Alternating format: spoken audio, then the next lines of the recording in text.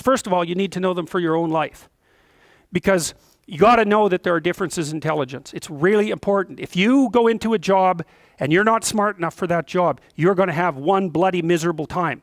And you're going to make life wretched for the people around you because you won't be able to handle the position. And as you climb hierarchies of competence, the demand on fluid intelligence increases. And so, unless you want to fail, you don't put yourself in over your head. Well, what's over your head? Well, that's a tricky thing to figure out. I mean, you have to figure that out with intelligence, you have to figure it out with conscientiousness, you have to figure it out with creativity, you have to figure out with stress tolerance, with agreeableness, because you want to go into a cooperative environment and not a competitive one if you're agreeable, and with neuroticism, you probably want to keep the stress level of your job relatively low, because those are all places that you can break down. And most people have at least one significant weakness in their intelligence personality makeup, and you got to be careful not to place yourself in a position where that's going to be a fatal flaw. But what you really want to do, as far as I can tell, if you want to maximize your chances for both success and let's say well-being, is you want to find a strata of occupation in which you would have an intelligence that would put you in the upper quartile. That's perfect. Then you're a big fish in a small pond. And you don't want to be the stupidest guy in the room. It's a bloody rough place to be. So, and you probably don't want to be the smartest guy in the room either, because what that probably means is you should be in a different room, right? You should look at a place where if you're right at the top, you've mastered it. It's time to go somewhere where you're a little lower so that you've got something to climb up for. So, and if you're not hyper conscientious, for example, you're probably not going to want a job that you have to work 70 hours a week at, because you're just not wired up that way. You'd rather have some leisure, and like, more power to you. If that's how you're wired up, there's nothing wrong with having some leisure. But if you're someone who can't stand sitting around doing nothing ever, then maybe you can go into a job that's going to require you to work 75 hours a week. And almost all jobs that are at the top of complex dominance hierarchies require very high intelligence and insane levels of conscientiousness, as well, generally speaking, as pretty damn high levels of stress tolerance. You know, because that can knock you out too, because there's going to be sharp fluctuations in your career, generally speaking, at the higher levels of a structure, and you have to make very complicated decisions, often with very short time horizons. So you have to decide if that's what you want.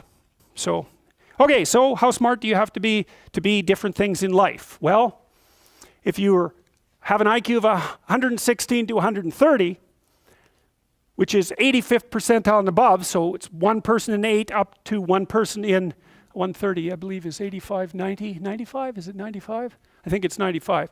One person in 8 to one person in 20. Then you can be an attorney, a research analyst, an editor, an advertising manager, a chemist, an engineer, an executive manager, etc. Now, that's not the high end for IQ, by the way. You know, that it can go up, well, it can go up indefinitely, although there's fewer and fewer people as it goes up.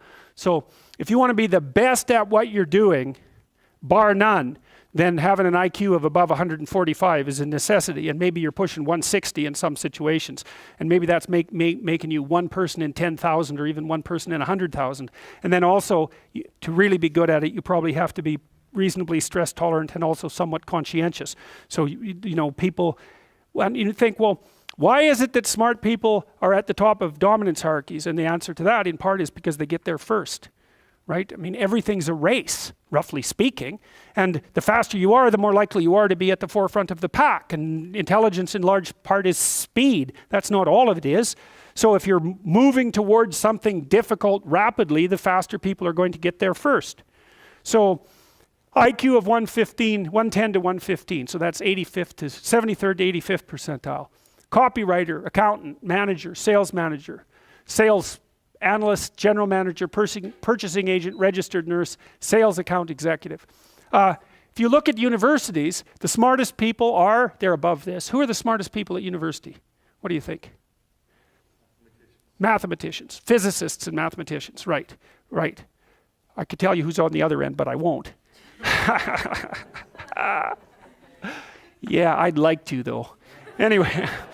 Anyways, okay. Going down the, now 103 to 108 is slightly above average, right? 60th to 70th percentile. Store manager, bookkeeper, credit clerk, lab tester, general sales, telephone sales, accounting clerk, computer operator, customer service rep, technician, clerk, typist. So you see at this level, people have some technical skill and some ability to deal with complex things. Okay, that's dead average. 100 is average.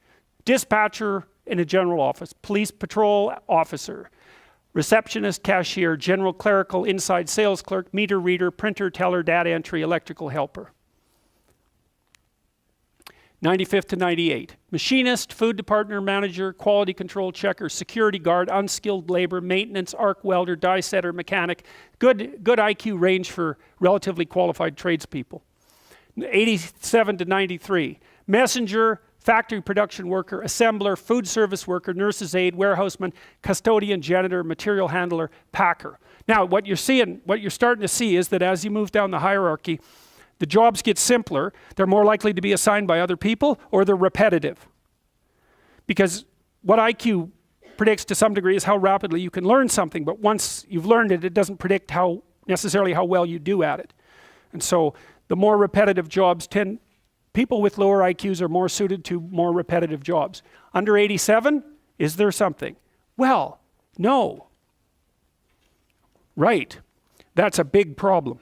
And it's something our society has not addressed at all. Jobs for people with IQs of less than 85 are very, very rare. So what the hell are those people supposed to do? It's 15% of the population. What are they supposed to do? Well, we better figure it out, because one of the things that's happening too is that as the high IQ tech geeks get a hold of the world, the demand for cognitive power is increasing, not decreasing, right? You want to be a teller? Well, you know, those checkout machines, they're not so simple. You want to work at McDonald's? You think that's a simple job? You don't see robots working at McDonald's. And the reason for that is that what McDonald's workers do is too complex for robots to do. So this is a discussion that no one wants to have, but that's okay. It's still a problem, and it has to be dealt with. So the US government, I think I told you this at one point already, it's illegal to induct anyone into the US Army if they have an IQ of less than 83, right? It's about 10% of the population. Because the US Army, and they've been doing IQ testing since IQ testing began, because they want everybody they can possibly get into the Army, because in peacetime, they use it as a way of moving people up the socioeconomic ladder, and in wartime, well, obviously, you need as many soldiers as you can get your hands on. And so you're not going to be any pickier than you have to be. So when the US Army says it's illegal to induct anybody into the armed forces if they have an IQ of less than 83, then you know that they've done it for absolute necessity. Right? And when people have made a finding that contradicts what they want to hear, and they're doing it out of absolute necessity, you can be reasonably true that it's one of those facts that just won't bloody well go away. And so you might think, well, if there's nothing for someone with an IQ of less than 83 to do in the Army, what makes you think that there's something that they can do in the general population? And then the issue is, you know, because the conservatives will say, well, they should just work harder. It's like, sorry, that ain't going to fly. And the liberals will say, well, there's no difference between people anyhow, and you can just train people to do everything. And that's wrong. So they're both wrong, and they're seriously wrong. And the fact that neither side of the political perspective will take a good, cold, hard look at this problem means that we're going to increasingly have a structural problem in our societies, because we're complexifying everything so rapidly that you can't find employment unless you're intelligent. You guys are really going to face this, you know. Lawyers are disappearing like mad. And the reason for that is, you can look it up online. Increasingly, you can do things yourself if you're smart. And so, like, the working class people have been wiped out pretty nicely over the last 30 years by automation and various other things. It's the low end of the white collar class that's coming up next. So I'm not saying that lawyers are in the low end, but low end lawyers are in the low end of the white collar class. So there's still going to be plenty of positions for people who are creative and fast on their feet and super smart. In fact, those people are going to have all the money, and that's already happening to a great degree.